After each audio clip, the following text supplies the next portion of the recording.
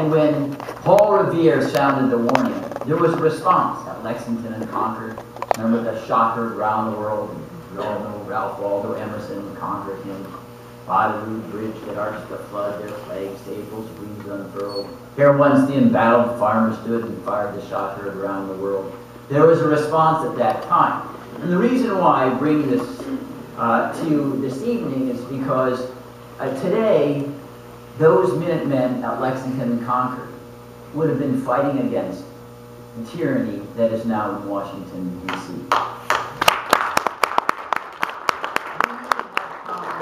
Full circle. The President of the United States is endowed with power that would have made King George III jealous with envy. Jealous with envy. And you've heard, this is what my predecessors have basically given you the good news, relatively speaking. The concession to the shortness of life, I'll stop at only the more egregious violations and flouting of the Constitution, both in letter and in spirit. And Glenn asked, why do we care? Because we are Americans and we are responsible for our government. We're responsible in some way for those predator drones, the illegal surveillances, and I'll go back to the predator drones a few days after Mr. Awlaki was vaporized, his 16-year-old son was as well. And he became a non-person who doesn't talk about in polite company in Washington, D.C. But we are every bit as much responsible morally for our government as the citizens of the Third Reich who sat and watched Kristallnacht and the Holocaust and did nothing. Amen. And that is why it's so important that you're here tonight. Because we can assail properly those who are abusing power. But the Founding Fathers understood power corrupts. Absolute power corrupts absolutely. And they built an architecture for the disbursement of power that tried to check tyranny. But they knew it would be attempted. And ultimately, the only barrier is us. History is biography. History is what we do in this room going forward. Because we know those scoundrels in Washington will not be driven by any malevolent motives or any high principles to restore our liberty. Andrew Jackson once said, a majority is a good man or woman with courage. And we need to take heart from that understanding. Before I go into a more detailed blueprint of how we can recapture the country, I would like to identify, rather graphically, how much our constitutional dispensation has been turned on its head, and why it's shocking to me, who participated when I was a Cal youth in Washington in the impeachment of Richard Nixon by the House Judiciary Committee. You may recall he resigned before the vote came to the full House for these rather minor constitutional derelictions of failing to faithfully execute the laws and cover up water. And seeing today, where the usurpations are far greater, nothing happens. Nothing happens. The difference is the political culture. When I was in Washington at the time of Watergate, the entire city was riveted on John Dean, John Ehrlichman. It's not right, the president can't burglarize someone's office or home without a warrant. Just because the president says it doesn't make it legal. Those things stir people's passions. And when the president had the firing of Elliot Richardson, the Attorney General, the Deputy Attorney General, what's known in the history books as the Saturday Night Massacre, there were 2 million telegrams, not emails, that are much easier to send, or Twitter, emails into the White House. You will need to be impeached unless there's another special prosecutor report. Most thrilling moments of my life, seeing the people exercise sovereignty as entrusted to them in the first 3 words of the Constitution. The most important words, we the people. Now let me go through seriatim, the most egregious violations of the Constitution of this president and co-conspirators or Congress. I call them, it's the invertebrate branch. the invertebrate branch that craves escape from accountability. And we begin in examining these constitutional violations by understanding how the Founding Fathers conceived of the purpose of government, what a republic was about. And it's found in the Declaration of Independence, says the outset. We are all born with unalienable rights to life, liberty, and the pursuit of happiness. We don't need to argue and defend them. They're postulates of living. And the sole purpose of government is to secure and protect those rights. Not to build empires or bureaucracies or spy on us, to protect the rights. And when a government becomes destructive of those ends, it is not only the right, it is the duty to overthrow, to rebuke, and to establish a new dispensation that will be devoted to the true ends of government, again, protecting unalienable rights. Now we have a president, with the acquiescence of Congress, and to some degree the American people, as Glenn pointed out, claims a right to assassinate American citizens anywhere in the world, secret facts, secret law. After it happens, there's no post-mortem to ascertain whether there was any validity to the suspicion. An individual who's not indicted, not charged with crime. It's hard to define a greater tyrannical power than that. Far worse than any of the indictments of King George III in the Declaration of Independence. My gosh, he was assailed for denying Americans the right to jury trial. We don't even know trial at all. In our system, no trial at all. And if this is thought to be rather the squeamish view of people who are fastidious about due process, this is an understanding shared with none other than Michael Hayden, former director of the CIA. He was the chief architect of the terrorist surveillance program that Glenn pointed out, spying on us without warrants. And even he has said, my God, this is way into the domain of illegality that's unacceptable. The only countries in the world that even conceive there's a scintilla of legality to these predator drones: the United States and Israel. The one superpower and the other sort of a microcosm of the superpower. And that's supposed to be consistent with the Constitution of the United States of America. And what's truly stunning is that when the evidence of the violation is open and notorious, you don't need to do archaeological expedition to know what it's about. And you don't need to wait very long to know that even if you started out with the bad guy, if you thought Alaki was, you soon ended up vaporizing a 16-year-old kid. And how many others that we don't know about? They become unpersons, if we remember George Orwell's 1984. Unpersons read out of history and read out of the world. And we are responsible for that when we participate in the government that inflicts this kind of damage, injury, brutality, if you will, on another citizen of the United States. It is a commentary on us. That's why we need to care. That's why we need to care.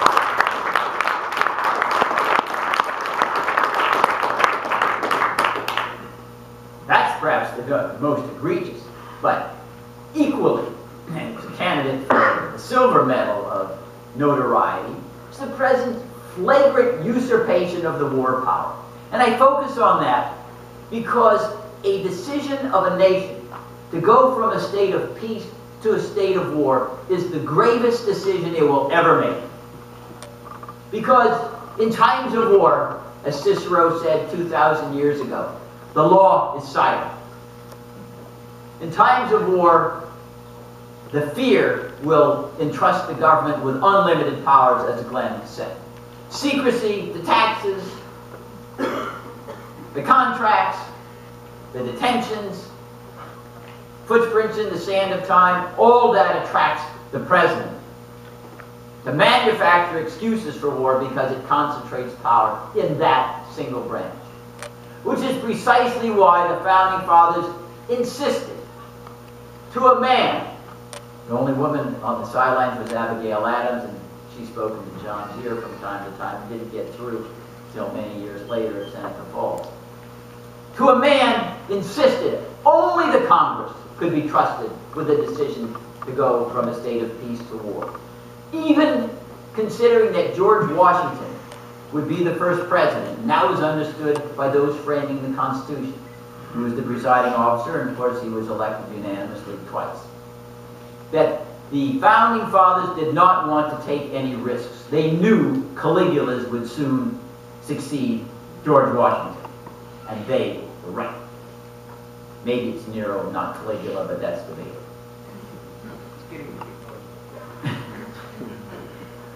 And therefore, that only Congress, Article 1, Section 8, Clause 11. There is no ambiguity in the language. Only Congress can declare war. And if you look at the history of the clause in the discussion, all of the Founding Fathers said we must put claws into the arteries of war, because that's the destruction of the Republic. Liberty cannot coexist with permanent warfare. James Madison, father of the Constitution. And he also said with great prescience that the instruments that will initially be concocted to address foreign danger will soon be turned against liberty at home. If we want to find the most recent example of that, it's called the National Defense Authorization Act that the President signed in December of 2011. The National Defense Authorization Act takes the ideas of using the military abroad, capture enemy combatants, stick them at Guantanamo Bay, use Predator drones abroad. Here, the battlefield now is expressly made, in the words of Senator Lindsey Graham, right here, where we are. That National Defense Authorization Act that the President signed would empower him to send the military to arrest you and you and you and take you to Guantanamo Bay and rot for the rest of your life. Secret facts, secret law, no right to habeas corpus. A frightening power. The same thing that we are told from time to time, and Glenn is going to point this out, we have to use them abroad because that's the only way to prevent from fighting Al-Qaeda at home. Now they're home. Mission creep. And what's extraordinary to show you how, I think, demented the society has become, is this power was granted more than a decade after 9/11. It was granted with no congressional hearings. It was granted and not a single citizen clamored for it. Anybody in the streets of Tennessee marching, we need to give the president more power to arrest us? Nothing. Where did it come from? The fevered imaginations of two senators, John McCain and Lindsey Graham, and those who wanted to pretend that it's really virile and manly to just continue to crown the president with more and more power so he could act like a tyrant, like be a bully on the playground, a very adolescent or infantile thrill. And that's what we're dealing with these occupants of congressional office. But that's the National Defense Authorization Act. The instruments used to fight danger abroad are turned against us at home. The President reassured us in a signing statement. Well, it may be bad for others. I'll only use it against the bad. Always get it right, just like that 16-year-old son. We knew that. If we waited 20, 30, 40 years, maybe he's a little baby terrorist now, but he'll grow into one. You can't see it, but I can. I'm clairvoyant. Arrogance of power. Arrogance of thinking that we can dispense with due process because we're infallible. We always get it right. We always get our man. And that's clearly wrong, even in our own experience since 9/11. When the Supreme Court, after 8 years, held in the Boumediene case that the detainees at Guantanamo Bay, including Mr. Boumediene, had a right to habeas corpus and have a judge determine whether as broad as the idea of enemy combatant was, there wasn't any evidence to support it. Who was the first one who was released? Mr. Boumediene. And he wrote an article and said, gee, where did due process go? I waited around for 8 years. You tortured me. You destroyed my family. I have no rectification other than now I'm free after 8 years. The government didn't have any evidence that he was an enemy combatant. I worked on behalf of 17 Uyghurs, they're East Turkic Muslims in East China. 17 of them detained again, 7, 8 years. Finally the case gets to trial. They have their chance, the habeas corpus. The government walked into the courtroom and said, Your Honor, we have no evidence that any of these should ever have been picked up. They have hate the Chinese communists. They were training to fight our enemy, Chinese communists. But they were in Pakistan, so we picked them all up. Because they had been accused and incriminated by those Afghans who were promised a life on the Riviera with $1 million of pension benefits if they could implicate Al-Qaeda. Gee, surprise, surprise. A lot of false identifications then. Imagine that.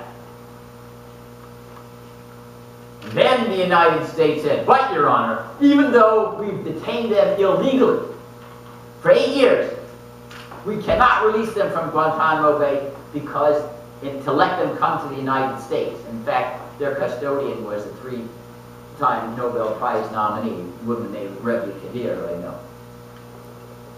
Can't come to the United States, these 17, because they're illegal aliens. No green cards when we kidnapped them, brought them to Guantanamo Bay. We can't let them come here. The Chinese will hate us if we do it, and they won't buy our bombs. So we need to let them rot Guantanamo. A stunning statement. I testified at a congressional oversight hearing on this. I said, I'm embarrassed to be an American. We bowed to the Chinese and would not give refuge to these 17 courageous individuals who at one time loved the United States before they were told to rot in Guantanamo for 8 years, in order to placate the Chinese communists. You've got to be kidding. This is the United States of America. This is where we opened our arms with the Statue of Liberty at New York City, Ellis Island. What happened? The most powerful country in the world is frightened of giving refuge to 17 individuals. It shows the corruption of the soul. But now we go back again to the war power. The president, when it come to Libya, said, I don't need any congressional authorization to go. He proclaimed what you might call the Obama doctrine, or the doctrine of deifying the White House. He said, I can initiate war on my own, no matter what Congress does, to preserve regional stability, whatever that means, the credibility of the UN Security Council, whatever that means, or any other thing that I announce is in the national interest. Moreover, he said, I can fight wars without getting any money appropriated by Congress. Why is that? The Pentagon can't even be audited. You know, just like the Federal Reserve, which steals from the poor to give to the rich. The two institutions responsible for tens of trillions of dollars of debt can't even be audited. The day before 9/11, the Secretary of Defense, Donald Rumsfeld, said, they're $2 to $3 trillion I can't even find. So with all that money just floating around, the President just spends what he wants without the congressional authority. That itself is unconstitutional because the Founding Fathers feared that kind of slush fund, if you will, to subsidize military adventures by stipulating in the Constitution a congressional appropriation for the military alone has a shelf life of 2 years, so that the Congress would be forced to come back and revisit the needs for a standing army. That provision is flouted every day. The military has no idea when the money they're spending was appropriate. They can't even find it.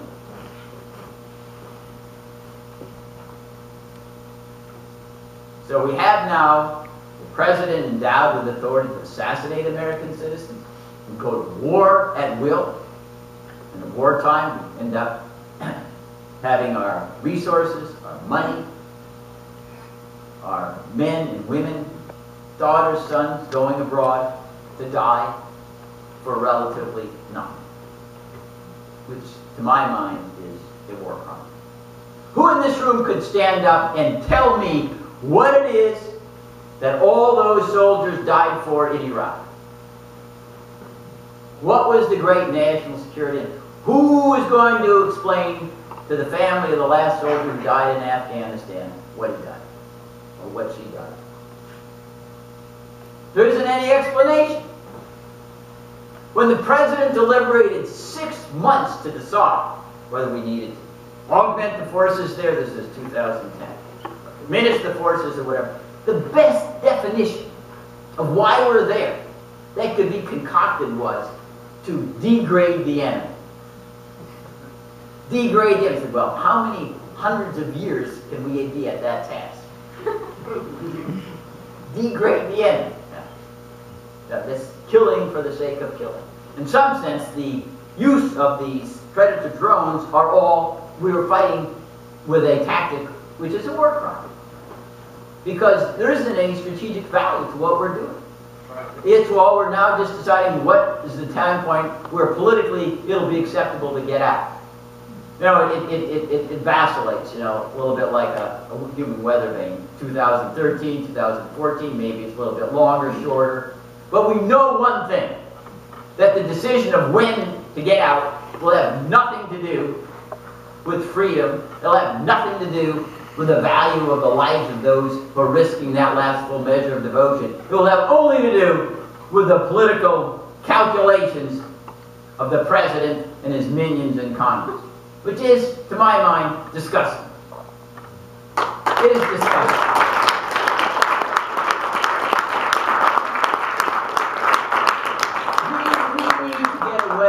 From this childish model of politics as a football game, where you have the winners and the losers. You know, you clap and you cheer at the other side if they lose. You know, we're Americans.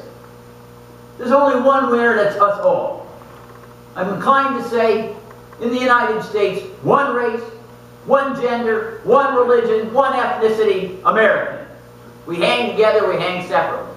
That's what this country is supposed to be about. Marginalizing party affiliation, so what? I know I really resist this idea of characterizing you in one category or another. We're Americans. We want everybody to prosper. We're not supposed to get gratification out of seeing somebody succumb or lose or trample on them or become impoverished. We want everyone to win and succeed. We know it's a collective endeavor. You know, we're not supposed to be egomaniacs like many members who run for the presidency. You all know who they are. Some have their heads so fried they couldn't even fit into this room. You know, after 5 minutes, he's gone from de Gaulle and Churchill to the Pope, and then pretty soon he's God and super God. That's not the United States. These people need to go somewhere.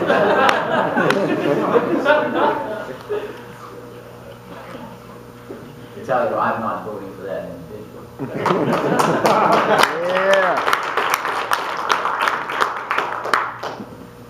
Then I want to go, we've gone to the military, the use of the force that's very important in flouting not only the Constitution but the spirit of who we are, but equally important. So the one that Glenn was focusing on too, the right to be left alone. That's what the essence of individual liberty is. Liberty is the default position, and the government has to come up with a darn good reason to encroach on your liberty forever. It's not for you to, you don't have to defend it, it's the government's got to explain why they're encroaching on it. And that's been totally turned on its head with all these spying powers, the TSA. And if you get here this rhetoric, oh, if you don't have anything to hide, why don't you just live an open book? Well, that's not this country.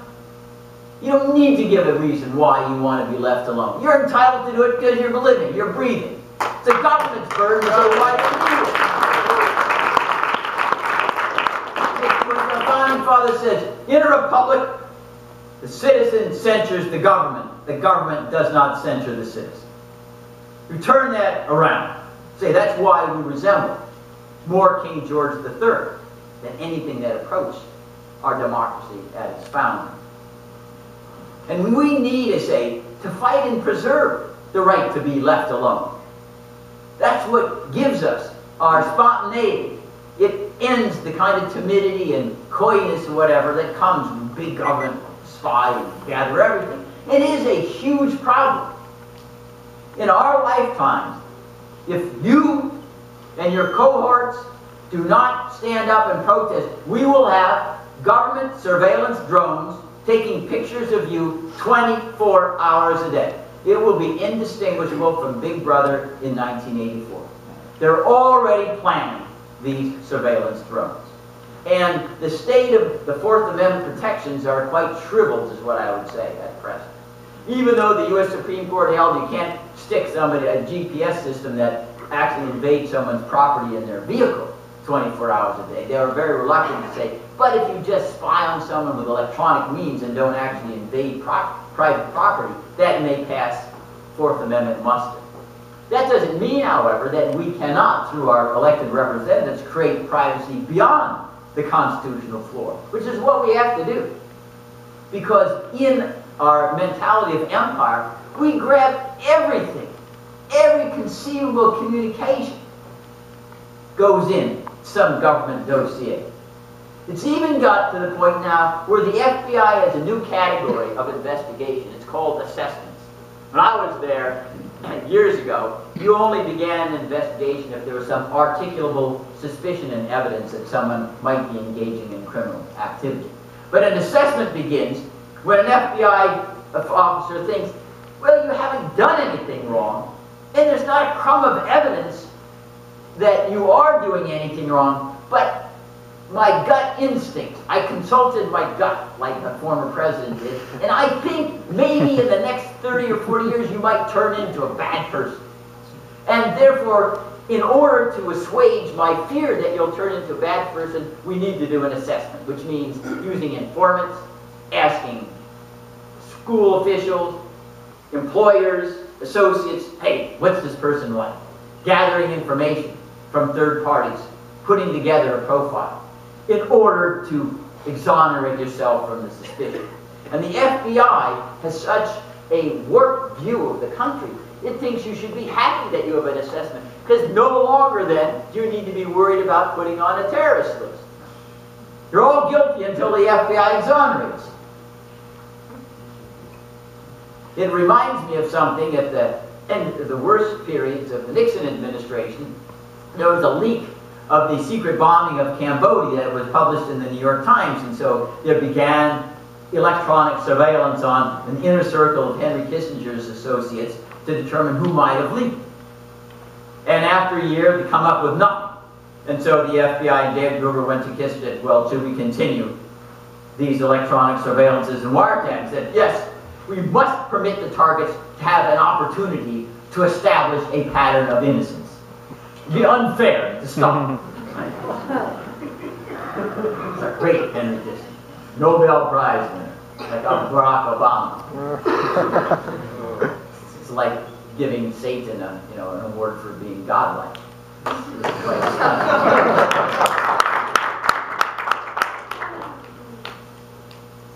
Now, I think that we can recognize here in this room, the terrible things that are happening. It's not so easy to devise a method of moving forward, because it's not enough just to cry and whine unless we're going to dedicate ourselves in some constructive way. And I think, even though it's probably true, given political restraints, that we aren't quite going to have Alaric the Great vandalize Washington, D.C. like Rome in 410 A.D., that in our own lifetimes, we may not quite have a president with the audacity to start predator drones in the United States, although I wouldn't put it beyond that if there was another, just attempt of another 9/11, given the ability and the inclination of the government to try to strike fear into the American people by magnifying a real danger 5 trillion-fold. It's a little bit like the lawyer who defined an elephant as a mouse with a glandular condition. That's how lawyers think like that.